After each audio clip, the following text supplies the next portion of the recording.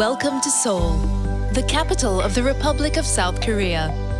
For decades, the city known as the Miracle of the Han kept its head down, barely raising a ripple as the country rebuilt in the decades following the Korean War.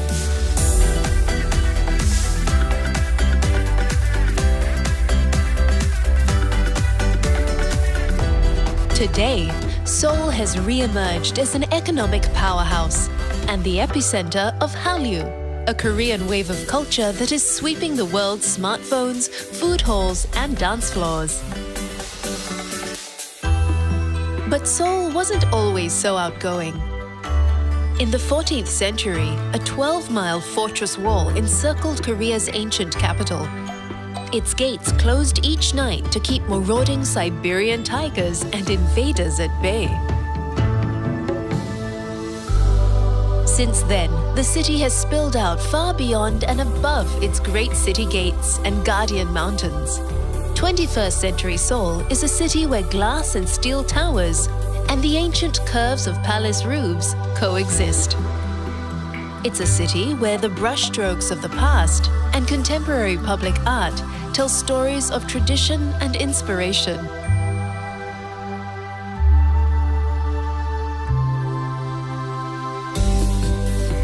Coming to grips with Seoul's incredible size and sweeping narrative can be a little daunting. So start your adventure at the K-Style Hub, a state-of-the-art visitor center where South Korea's past, present, and future converge. From the latest in K-pop to its timeless national parks. From the cutting edge of K-design to culinary traditions which have taken centuries to perfect.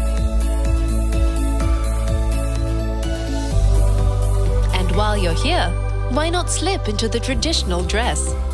Dressing up hanbok style doesn't just put you in touch with Korea's proud past, it also gives you free admission into many of Seoul's most revered historic places. At the head of Gwanghwamun Square sits the gleaming statue of Sejong the Great, the 15th century Joseon dynasty king whose reign oversaw a golden age of literature, science, and technology. The great leader sits before the grandest of Seoul's 5 royal palaces, Gyeongbokgung, the Palace of Shining Happiness, a residence of Joseon dynasty rulers. From the late 1300s until 1910, the palace has endured fires, invasion, and wars.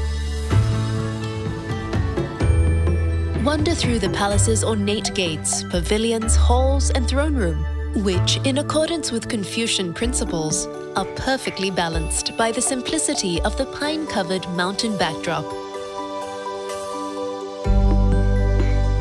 Take a short bus or subway ride to the east to explore the adjoining palaces of Gyeongbokgung and Gyeongbokgung, which are separated by a simple stone wall.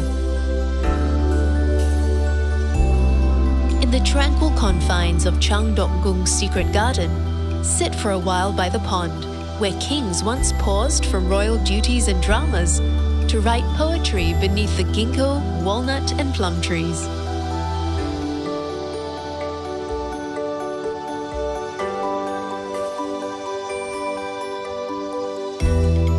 To the south, at Gyeongbokgung Palace, see the changing of the guard, which takes place 3 times each day.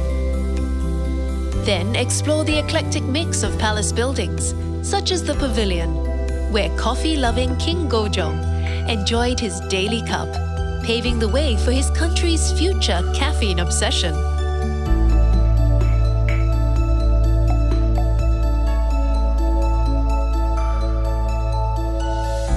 Just to the west is the last of Seoul's great palaces, Gyeongbokgung, a royal refuge in times of unrest.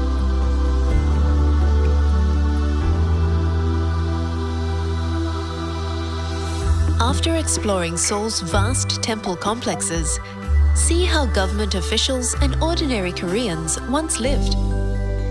At the Namsangol Hanok village, ancient buildings and traditions have been preserved in one of the most scenic and tranquil areas of Seoul.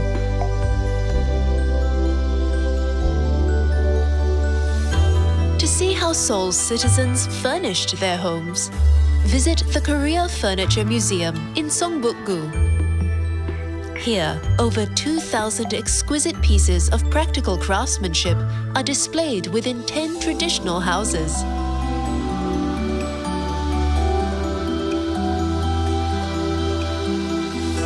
The story of Korean craftsmanship continues at the National Museum of Korea, which houses national treasures such as the 10-story pagoda and priceless white porcelain from the Joseon era.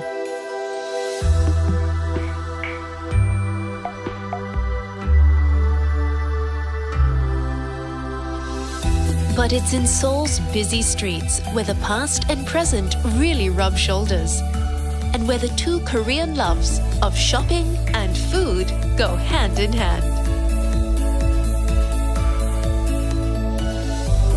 Close to Seoul's Great South Gate, step into Korea's largest marketplace, Namdaemun Market, where locals have been bargaining hard for over 600 years. If you're looking for beauty products, join the 1 million shoppers who stream into neighboring Myeongdong each day to hit the 1,000 cosmetic stores. And when your head starts to spin, take a snack break. From lobster tails to foot-long ice creams, the options here are limitless. A few blocks north is Insadong, where you can disappear for days amid the labyrinth of antique, curio, and craft stalls.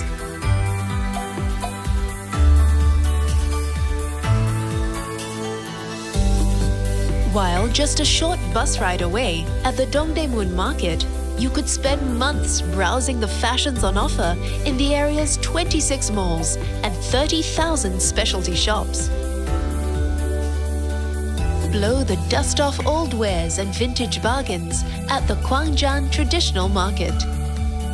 Then treat yourself to some of the best Korean pancakes in the city.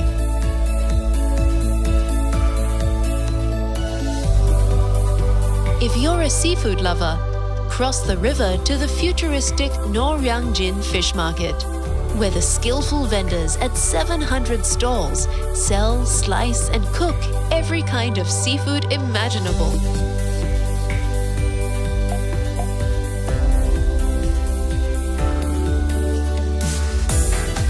Looking for some Gangnam style?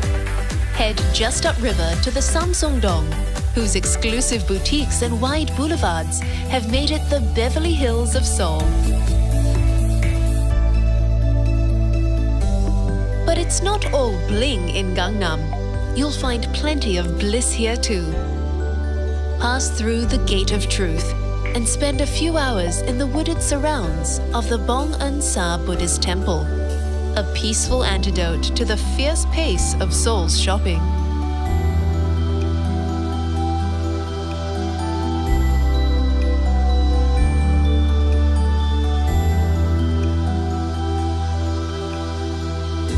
Seoul is filled with quiet spaces. Also in Gangnam, stroll past the stadiums and museums of the 24th Summer Olympics at Olympic Park.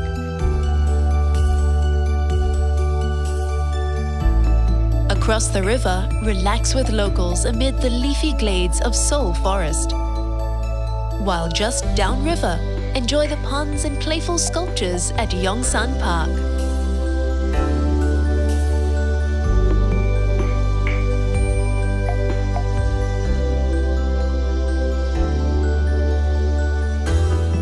Namsan is one of Seoul's guardian mountains, marking the southern limit of the ancient capital.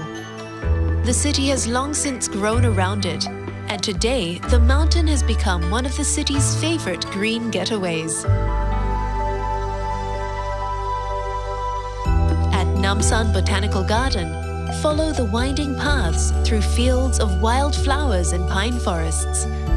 Then hike or take the cable car to the peak, and take in the sweeping views from the old city walls or from Seoul's iconic tower.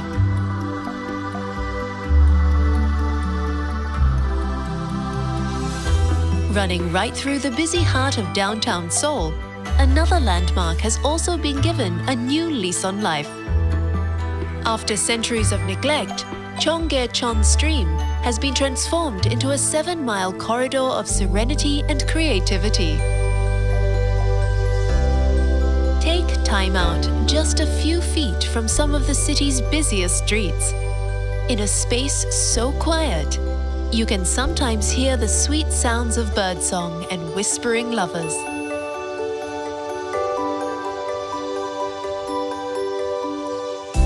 Leave the bright lights and noise of the city even further behind, amid granite-studded peaks of Bukhansan National Park. Take the 45-minute subway ride from central Seoul and spend the day hiking through the crisp mountain air, past ancient temples and rushing streams.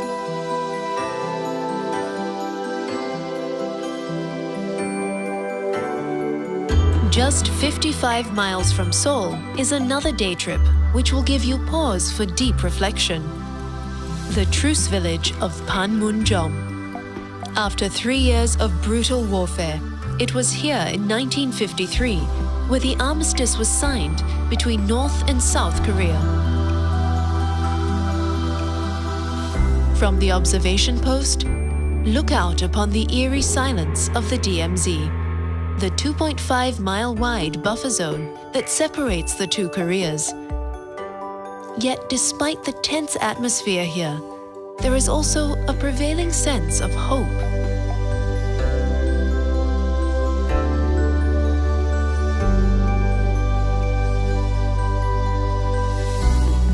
On returning to Seoul, spend a little time at the War Memorial of Korea to truly appreciate the scale and trauma of the Korean War, a conflict that tore a country in two, involved 22 nations, and cost millions of lives. Besides displaying all the usual machinery of war, above all, this is a place of remembrance, longing, and determination.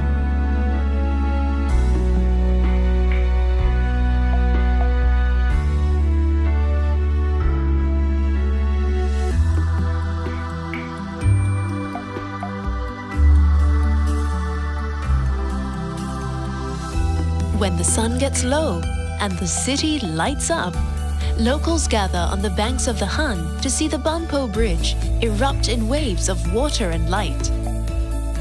It's in moments like these that South Koreans reflect on life's possibilities and are reminded that they are capable of anything they put their minds, imaginations, and hearts to. And Seoul, the miracle on the Han, is certainly proof of that.